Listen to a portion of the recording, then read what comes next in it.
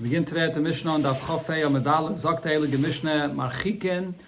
You have to distance as an avelois, dead carcasses, ves hakvaros and kvarim burial areas, ves habursaki and a tannery, minair from a city, chamishim amma, 50 yamas, because these are things that create a bad odor, a bad smell, and therefore 50 yamas away from the city. Ein oisim bursaki. Another thing about where you make this tannery. So you shouldn't have it elol mizrach eir, on the east of the city, because the reason is because the eastern wind is a very calm wind, and it's a wind that Rashi brings a pasuk in Yaina, ruach kodem charishis ve'tach hashemesh. It's a quiet wind and it's a calm wind and it's a good wind. So therefore, if you have the tannery on that side of the city, it's not going to bring the bad smell into the city. Rabbi Kiva says, L'chol ruach oisa. You can have the tannery on any side of the city. Chutz mimarava, besides on the west of the city. The Gemara will explain why. Umarchek chamishim amma, and you have to distance 50 amas from the city. Umarchikin es hamishra min hayerek. You also have to distance mishra. A person has a place where he soaks the flax.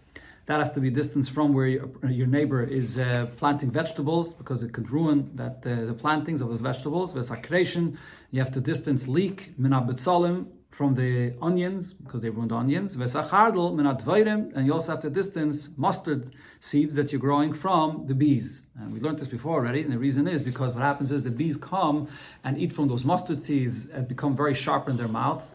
And because of that, they go back to eat up all their honey that they were producing. So by you putting your mustard seeds near his bees, it ruins the production of all of his honey. Rabbi Yosi mata b'chardel. Regarding the case of the mustard seeds, Rabbi Yosi says that it's allowed. And we learned this already before. Rabbi Yosi says that just like the mustard seeds are ruining the production of the honey, the same thing is in the reverse. The bees come and eat up from the mustard seeds as well. So you can't have a taina to him to move away. Adarabba, it's the bees that are also being mazik. So therefore, Rabbi Yosi says it's allowed to be there. Okay, so the Gemara starts here with Rabbi Kiva's opinion here in the Mishnah. Rabbi Kiva said that you can put the tannery on any side of the city. The only side is not on Ma'ariv side. So first, the Gemara wants to know the simple pshat of what Rabbi Kiva was saying by this. The Shaila was asked, Rabbi Kiva heichi ka'amar. What was Rabbi Kiva saying? What did he mean to say here when he says you can bring it on any side of the city? So when Rabbi Kiva was saying that on any side you can bring the tannery besides on the west of the city, does that mean the marchik nun ame v'oisa, that on the west of the city you can bring the tannery as long as you distance 50 amas? So on any other side of the city, so over there you shouldn't have the tannery at all. But again, let me repeat that again. On all other sides of the city, you don't have to distance at all. But when it comes to the west side of the city, over there, you can have your tannery as long as you distance 50 yamas. Is that what he meant to say? No, or maybe Rabbi Kiva meant differently. On all other sides of the city, there, you can have your tannery, and you have to distance, like the shear the Mishnah said before, which is 50 yamas. When he says besides the west, what he meant to say that on the west side of the city, you shouldn't have a tannery at all. So the Gemara brings clearly what it says in the Braise, Toshema, the Tanya, in the Braise it says, Rabbi Kiva said, on any side of the city you can have a tannery and you have to distance 50 yamas. Besides the west of the city, the Einois kol iker, you can't have a tannery there at all, even if you're going to distance 50 yamas, mipnei shehi tedira, because it is constant. Now what does it mean it is constant is what the Gemara is going to discuss right now. So Amalei Rav Nachman, my tedira. What did he mean to say that because it's constant? If you would say what he meant to say is tedira beruchais, that there's always constantly a wind that comes from the west of the city, and therefore the wind will blow the bad odor from the tannery into the city from the west. But that's not true, because Va'omer Rav Chana bar Rava Omer Rav, Daled ruchais menashvais b'chol yom. There's a wind that comes into the world every day from all four directions, from Mizrach, Ma'ariv, Tzafon, and Darim. Different parts of the day, there are different winds that come from different directions. And the Ruach Tzfainis Kulam. It's the wind that comes from the north, that's the wind that's there together with all the other winds that come in different parts of the day. And because Shal Male Kain, if not for this northern wind, the the world would not be able to exist even for one moment. And Rashi he brings, because the northern wind is a soft wind, a sweet wind, a clear wind, and it sort of calms down the harshness of all the winds that come from other directions. And that Ruach Tzfainis is here constantly in the world to calm things down. And then it says that Ruach Teraimis, the wind that comes from the south, Kosher Mikulan. That's a wind that's harshest of all winds. And Vilmali Ben Netz Shemamida, if not for Ben Netz, which is a malach compared to a netz, which is a kind of bird that would not hold it up, Machreves Esailam. This southern wind would destroy the entire world. Shenema, as it says in the pasuk, Hamibinoscha Yaver Netz Yifres Knafov Latemon. Is it from your understanding that this netz, this malach that's called netz, spreads out its wings for the wind that comes from Taman, which is on the south, and it stops the harshness of that wind? So what do you see here in this statement of Rav Chanan bar Abba, or Marav, that there's no wind that comes constantly from Ma'ariv side? The wind that comes constantly is actually from Tzafon side. So over here when we're saying regarding the tannery that on the west, the Bryce says that it's Tedira, it can't be referring to the fact there's constantly a wind from the west. So Elamai Tedira, what did the Bryce mean when it says that it's constant? Tedira b'shchina, that's the constant place where the Shechina dwells. And therefore you shouldn't have a tannery that has a bad odor on that side of the city because of the Shechina that's there, for the honor of the Eibishter, Shechina. Rabbi Shua ben Levi said, Boyu v'nachzik toivel aviseinu, let's come and thank our ancestors, which refers to the Anshe Knesset Agdela, Shahidiu Mokim Tefillah, that they let us know here in these Psukim in Ezra what is the way to face when you daven. They said about the Tzva Shamayim, if you look at the sun and the Tzva Shamayim B'chlal, the way the sun sets, so it goes down towards Ma'ariv side. What does it mean it goes down towards Ma'ariv side? Because that's the sun that's bowing down to the Eibishter, to the Shechina that's on Ma'ariv side. So therefore we see from when they wrote that pasuk, they taught us, they showed us that the Shechina is b'Ma'ariv, and therefore we face Ma'ariv, we should face Ma'ariv, according to what the Gemara says here, when you daven. And this is the reason why you shouldn't have a tannery on that side of the city. But how do you prove this from the lashon of this pasuk? The Dilma, maybe when you see the sun setting towards the west, maybe that's not because the Shechina is b'Ma'ariv, maybe it's the other way around. The Shechina is really in Mizrach side, on the east, where the sun rises from. The sun is going and bowing towards the west. But maybe this is like a servant that was in front of the king, and the king gives him a gift, and then when he goes away from the king, he backs away with the right honor, and therefore when you see the sun going away and setting towards the west, it's because it's backing away from the greatness of the Eibishter that is coming from, which is on the east. And it's bowing down that way. So therefore, from this pasuk over here, there's no proof that the Shechina is b'Ma'ariv. The Shechina could be in Mizrach. So kashya. So that remains a question that there's really no clear proof in this pasuk. Rabbi Shia Savar, however, Rabbi Shia holds Shechina b'chol makim. The Shechina is in every place. Rabbi Shia ma'idechsiv. The Eibishter is alone, he's the only one, and he created Shamayim and the Tzva Shamayim. What does this mean? The pasuk here is saying that Shluchacha, when the Eibishter sends his messengers, which refers to the Tzva Shamayim that are doing the Eibishter's work in the world, it's not like a human being that sends a messenger. When a human being sends a messenger, from the place, from the location of the one that sent them, where they got sent from, when they have to return and come and notify that they fulfilled their shlichus, they're going to have to come back there to the place where the one that sent them is. But the Eibishter's messengers, to that location where they get sent, misham, or the other gears here is sham, there in that location itself, is there that they could notify the Eibishter that they fulfilled the shlichus. They don't have to go back to the place where they came from, because the Shechina is everywhere. Shenemar, we can see this in another pasuk that expresses this point. Hasashalach berokim v'yelechu. The Eibishter sends the brokim, the thunders or the lightning that goes out, and the v'yelchu v'yoimru l'cha hinenu, and they go and they tell you that here we did what you told us to do. So what do you see in the pasuk here? It says v'yelchu, they go. And there, we're in that location where they go and fulfill their shlichus. There they say, "Hinenu, we did what we're supposed to." So the Gemara's medayik, "Yavoyu v'yoimru le'nemar." It doesn't say that they come back, they return, and then they tell the Eibusher, "We did what you wanted." Ela v'yelchu v'yoimru. That there, where they are, there they say to Hashem, "We did what you want from us." Melamed sha'ashchina b'chol makim. This tells us that the Shechina is everywhere.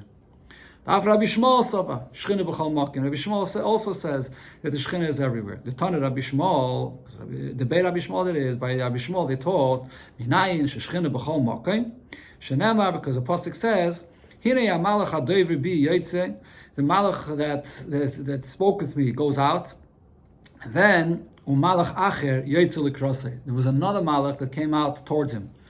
Achrov, after yotze likrosei, that went out towards him.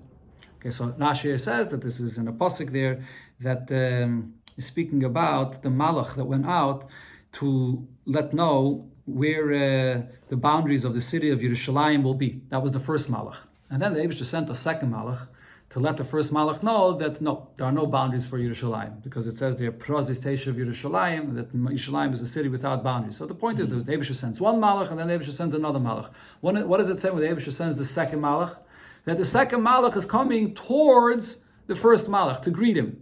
They're coming from opposite directions, and the second malach is greeting the first. So the Gemara says, Achrav le'nemar, doesn't say that the second malach came behind the first malach. He was going after him, el likrosei. He was coming towards him.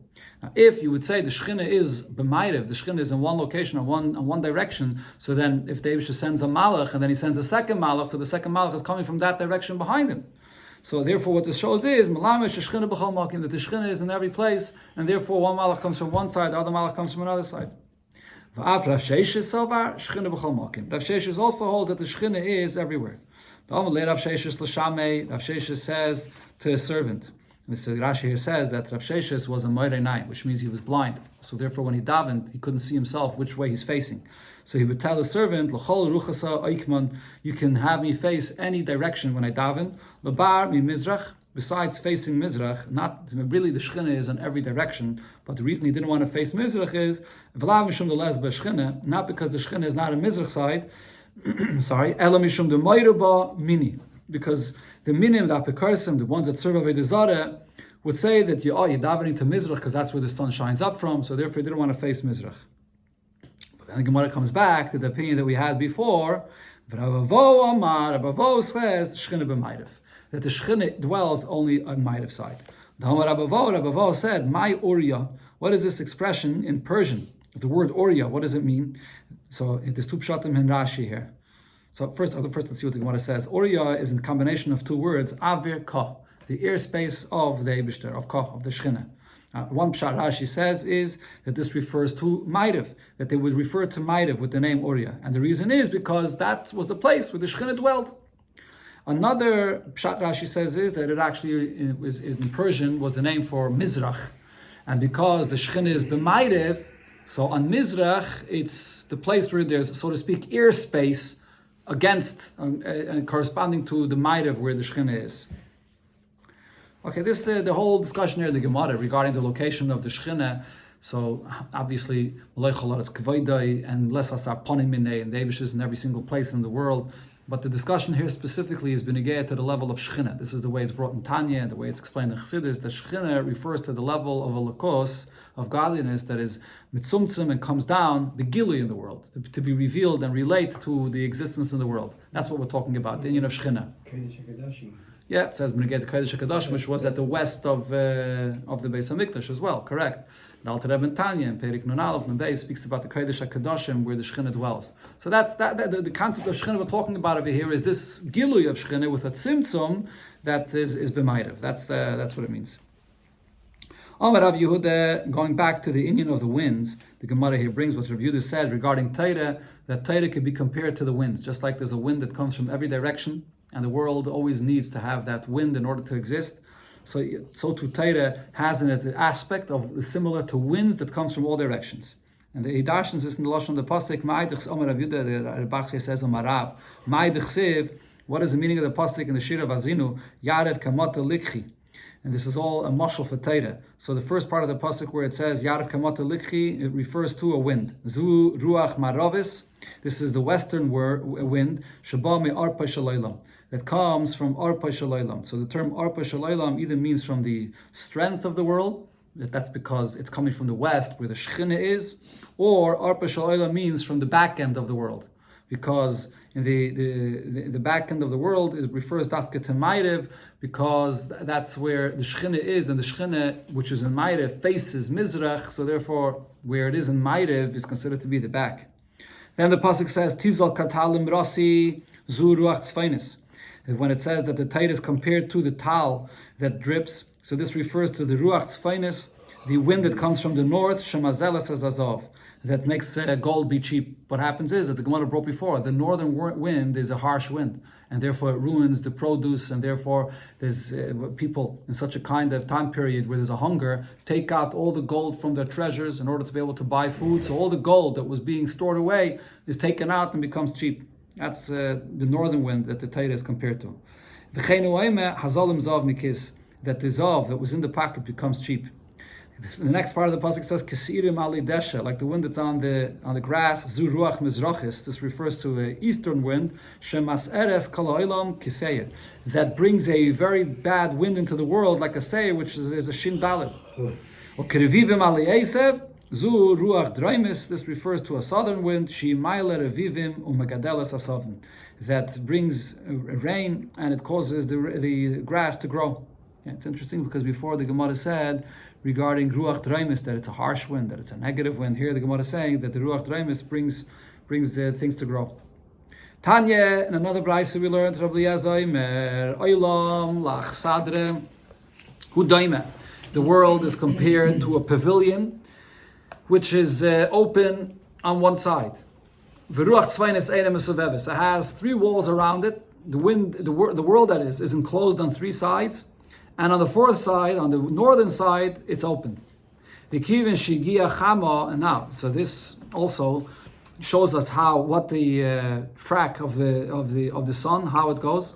Here, what the Gemara here is going to explain is in the simple words of the Gemara. The Gemara will explain that the sun goes from east to west, and then afterwards, at night, the sun returns back. It goes above the horizon, and the sun returns back out of the atmosphere of the world in order to be able to rise again in the east. In other words, when you learn the simple pshat of the Gemara, it would seem like the Gemara is talking about the world as being flat, not round, like the globe. And therefore, that's how the Gemara describes here the track of the sun. But obviously, what Chazal say is Torah Semes, and what the Gemara describes here, the Maharal already says, and other Mefarshim say, that it's not really a description of the physical reality in the world, but it's all a description of the Mahalach of the sun, the way it is Beruchnius. Okay, but we'll just touch the words of the Gemara the way it is, just simply and physically.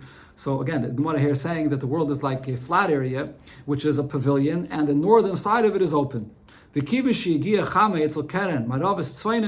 The sun that rises in the east, and then it sets on the west, and it sets on the corner of the east northern corner, the west northern corner. So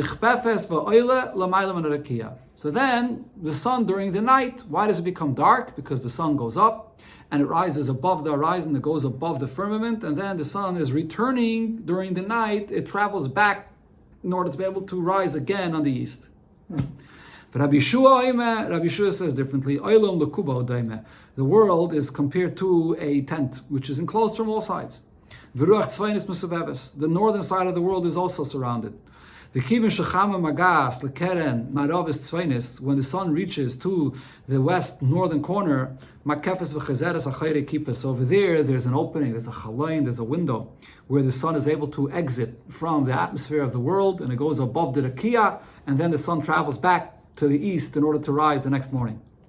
And he brings a pasuk, Shenamar Hoylech El Darum V'Soiviv El Tzafim V'Gaimer. So what does this mean? Hoylech El Darum Bayayim.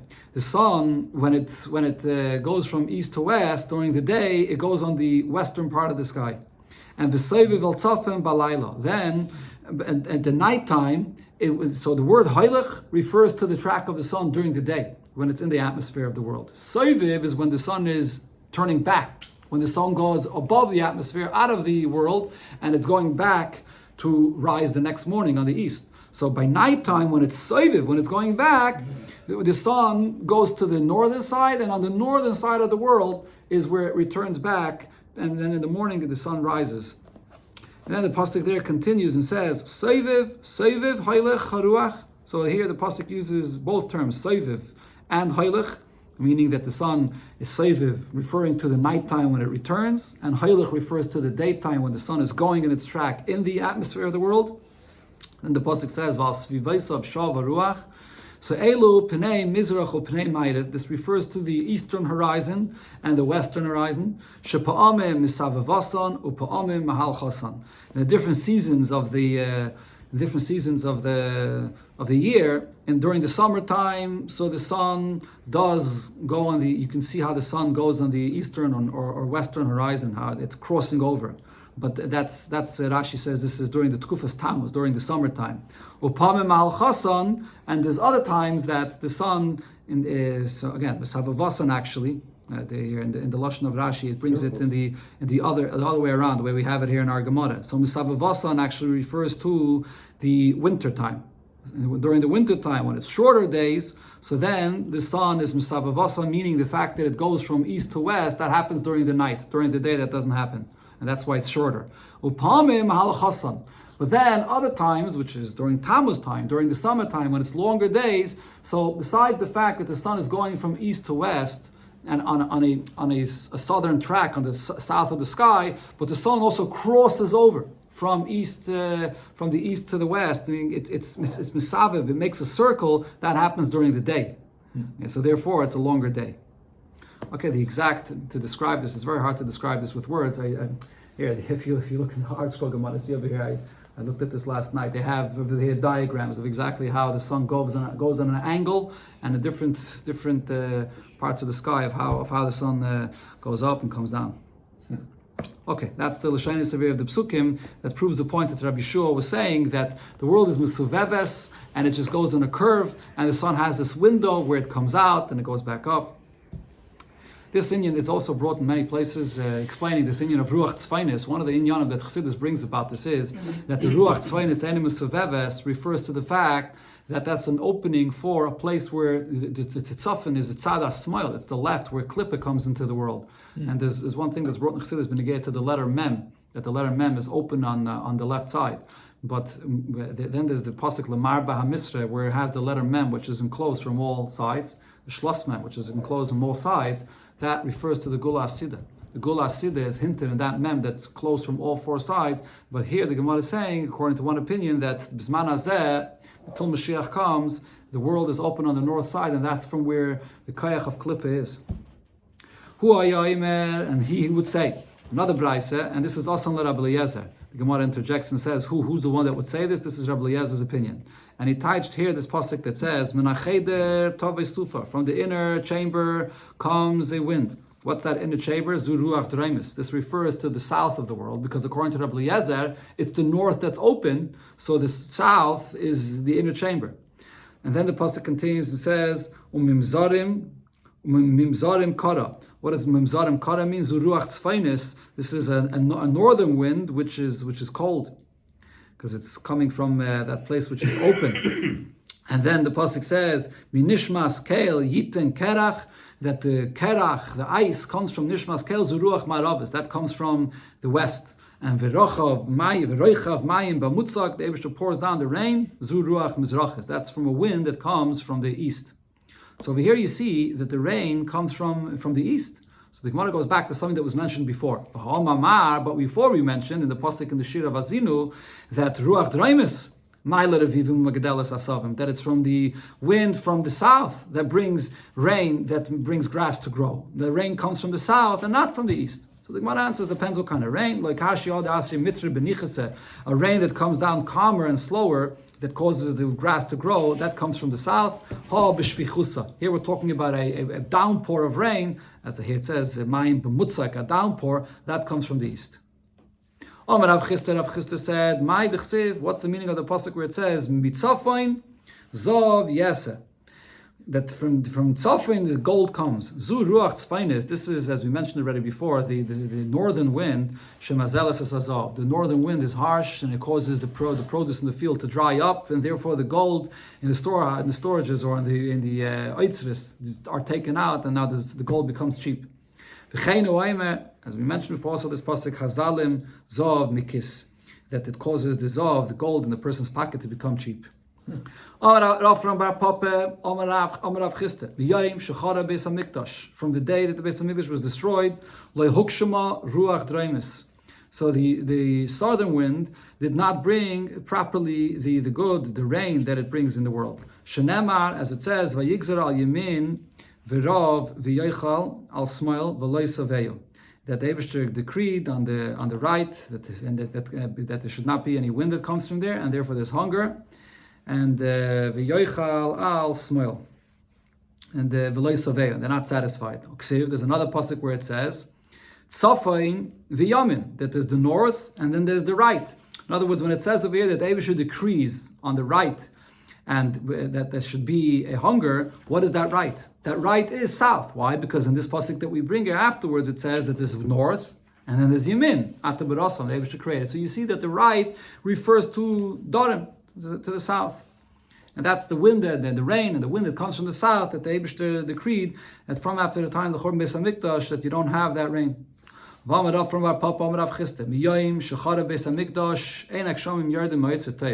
The rain that comes into the world does not come from the good treasure of the Eibishter. Shenema, the pasuk says, Yiftach Hashem l'chas eitzarei atayv. The Eibishter opens up for you His good treasure. The conclusion of that pasuk there is that the Eibishter gives you loses mitar artzacha. The Eibishter gives you the rain in your land. What does this mean? Bisman she Yisrael leised it zenishal makayim, when Yidden fulfill the will of Hashem. The Yisrael shruyin al admasam, and it's artzacha. You're in Eretz Yisrael, it's your land. Then Geshamim Yardim Moitzetayv. Then the beginning of the pasuk is fulfilled that Hashem opens His good treasure. Bisman she'en Yisrael shruyin al admasam, but when Yidden are not dwelling in their land in Eretz Yisrael, en Gesham Yardim Moitzetayv. The rain that comes into the world is not coming from the good treasure of the Eibishter. Rabbi Yitzchak said, he says again, going back to something mentioned before regarding what direction you should face when you daven. Haraitze sheyachkim, if you want to be wise, then yadrim, you should face the south when you daven. V'sheyasher, if you want to be rich, yatzpen, you should face the north. V'simonich, and the siman to know these two directions is because in the Beis Hamikdash, shulchan b'tzafin. The shulchan inside the Heichal was on the north side, and the shulchan represents the place where there's the lechem aponim, which is the parnasa and the riches of a person. The menorah is bedarim, was in the south of inside the Beis Hamikdash, and that's the chachmah that comes from the light of the menorah. Rabbi Shua ben Levi Amar lo'elam yadrim. A person should always face south, because then a person becomes wise, and when he's wise, misasha. This the wisdom here that's referring to is the wisdom of Torah. When a person has the wisdom of Torah, he'll become rich. Shenamar, as it says about Torah, that'll give you long life, and also on the left you have also riches and honor in Torah. How could we say that Rabbi Shua said this? Rabbi Shua ben Levi Amar shchina b'mayrev. We mentioned before, Rabbi Shua ben Levi says you should face west when you daven, because the Shekhinah is by the west, and here he's saying you should face south. And says the Gemara, the mitzadeh that's dudi. He should face west, but then he should go like in the western southern corner, a little bit towards the south, in order to have the koyach of Torah. Amalei Rab Chanina l'Ravashi. Rab Chanina says to Ravashi, Kogoyin Atun, like you, the Yasvisu b'tzvayna Eretz Yisrael, you live in Bavel, which is north of Eretz Yisrael. So which direction should you face in when you daven? Adrimu adrume. You should face towards the south, which is towards Eretz Yisrael. So this is our minhag, that when we daven, we face towards east because we're facing towards Eretz Yisrael, towards Yerushalayim. So here it's saying that the people that are in Bavel, because they're the north of Eretz Yisrael, so they face south towards Eretz Yisrael. But the Gemara says, we know in the Bavel it's fine that Eretz Yisrael kaima. From where do we know that Bavel is in the north of Eretz Yisrael? Because the Chsiv mitzofen tipasach hara al kol yesh v'yaretz. When it came to the nevuah of the Churban, the first Beis Hamikdash, it says that all bad will open up towards Eretz Yisrael from the north, from Bavel that came to destroy the Beis Hamikdash. So we see that Bavel is on the north. So the Rishonim say actually that Bavel can't be completely on the north, because the Gemara always refers to Eretz Yisrael as Marava, as the west, which means that Bavel was on the east of Eretz Yisrael. So you have to say that Bavel is on the northeast of Eretz Yisrael. Okay, And the Mishnah mentioned regarding distancing different things from marchikenes hamishram and hayerek v'chulu. You have to distance the flax that you're soaking from your neighbor's vegetables that he's growing. And then it's said also about the chardal, about distancing the mustard from the bees. So Tana Rabbi Yossi mate b'chardal. The reason why Rabbi Yossi says that with mustard it's allowed, you can't be the one to blame that you're causing damage to the production of his honey, because sheyachal loy maloi, because the one with the mustard seeds can say to the one that has the bees, you're telling me that I should remove my mustard from your bees. You should get your bees away from my mustard, because they're coming and eating the branches or the leaves or the flowers of my mustard seeds. So you're damaging me as much as I'm damaging you. This Gemara was already explained before on Daf Chaf there, or on Daf Yotes, or Daf Yudches. The Gemara before explained the whole discussion about what Rabbi Yossi's opinion here is. Okay. You have to distance a tree that you're planting from a pit that your neighbor has. 25 amas. That's how far the roots go. If it's a carob tree or a sycamore tree, 5 amas. They have roots that extend further, so you have to distance 50 amas. Whether your tree is higher up on a mountain and the pit is lower down, or whether your tree is on the same level as the pit that's in your neighbor's property. If your neighbor's pit was there first, then kaitzitz, and you went and planted your tree, so your neighbor can cut down your tree, and but he has to compensate you for the tree that he cut down. However, if you're the one that had your tree planted there first, and then he wants to go and dig a pit in that area, lo yakutz, he's not allowed to cut down your tree. You were there first. If it's not clear which one was there first, then lo yakutz, because it's a suffix, he doesn't have the right to come and cut down your tree. Rabbi Yossi says, and here this is the opinion of Rabbi Yossi that we had quoted a few times before, that even if your neighbor had his pit there before you wanted to plant your tree, lo yakutz, you have the right not to plant the tree, and he can't cut down your tree, because he digs his pit in his property, and you have the rights to plant your tree in your property. And the fact that later on the roots of your tree are going to extend and be mazikim doesn't stop the mazik, doesn't stop you from doing that. Only Gemara will explain here, giri delay, only if it's mamish open and direct hezek that you're doing, then you're not allowed, right? But if it's something that the roots will extend later on, eventually, so then the nizik, if he has a problem, he's the one that has to move away. He can't prevent you from using your property and planting a tree where you want. Regarding the position of the pit and the tree and the level of the ground, whether the pit is lower down, and the tree that you're planting is higher up, or whether the pit is being dug in an area that's higher up, and the tree that you're planting is further down, lower down on this mountain. Either way, you're not allowed to plant the tree. So the Gemara asks, again, sorry, no. Ben shabar lamayla v'ilon lamata, and the tree is further down. It's understood that if the pit is further down and the tree that you're planting is higher up on a mountain, so the reason why you're not allowed is because ka'azlin sharshin and maskil olabar. The nature is that the roots that you planted in your tree will go from that place higher up. It'll go down into the pit and ruin the walls of his pit. But if the pit is higher up and you're planting your tree lower down, amaisa, then what's the problem? The roots of the tree don't travel up to the walls of this pit. They're going to be lower down. It's not going to ruin his walls. It's not going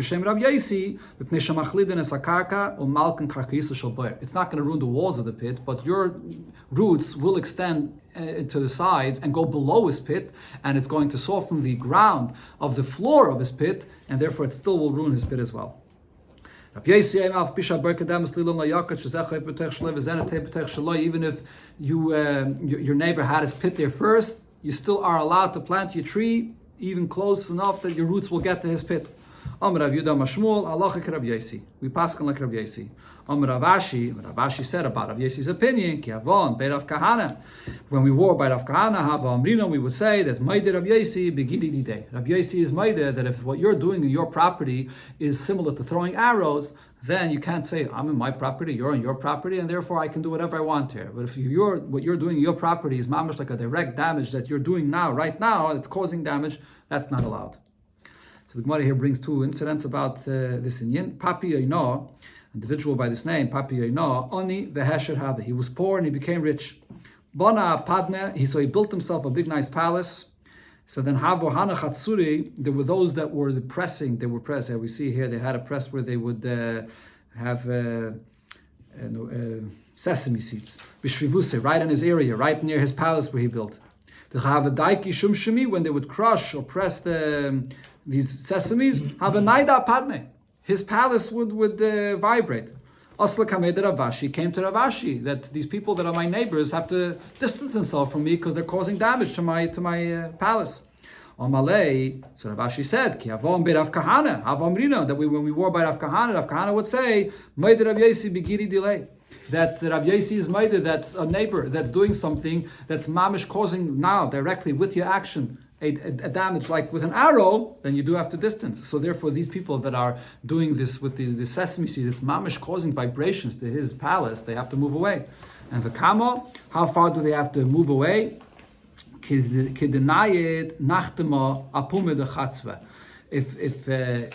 on his palace he has a wall and he would place a jug on the wall and has a cover, and when they're doing their work, it's causing now the cover on this jug on this wall to shake. The vibration, that means that they're too close, that they're mamish causing a direct damage, and they have to distance themselves. That you shouldn't be able to see this shaking, this vibrations on the wall with this jug there. Okay. There's another story. Okay, we'll see tomorrow. Related to that actually.